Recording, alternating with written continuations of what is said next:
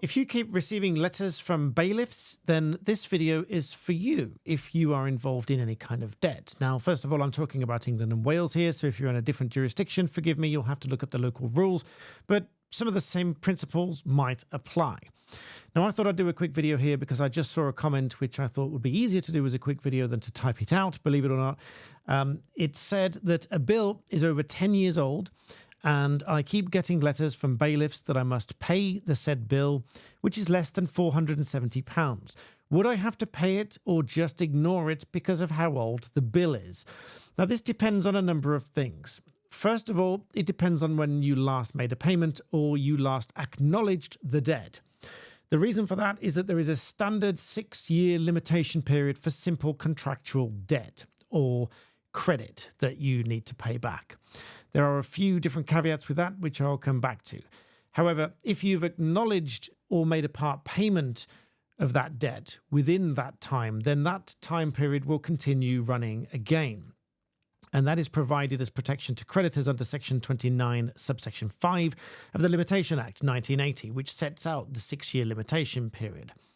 However, if we're talking about contracts for services, for example, there was a case called Consulting Concepts and Consumer Protection Association of 2022, where the Court of Appeal held that for limitation period, it starts to run from the date the services are provided and not the due date for payment, unless there are contractual terms to the contrary. And so that date would begin from the date the services were provided. But there's another situation where this debt might relate to a property, in which case the limitation period is 12 years, and that applies to the principal loan against a property or mortgage arrears or mortgage shortfall. And again, the same rules will apply if you've acknowledged or made part payment of that debt within that time or within the last 6 or 12 years as applies, then that time limit will start running again. So whilst I very often say don't just ignore a problem, if it has gone beyond that time period and you are sure about that, not that you can take this video as legal advice, you can't, you would need to speak to a lawyer personally to tell them your precise circumstances to take that as legal advice. This is just general guidance. But generally, if you are beyond those time frames of limitation, then they won't be able to do anything about it because it will be statute barred.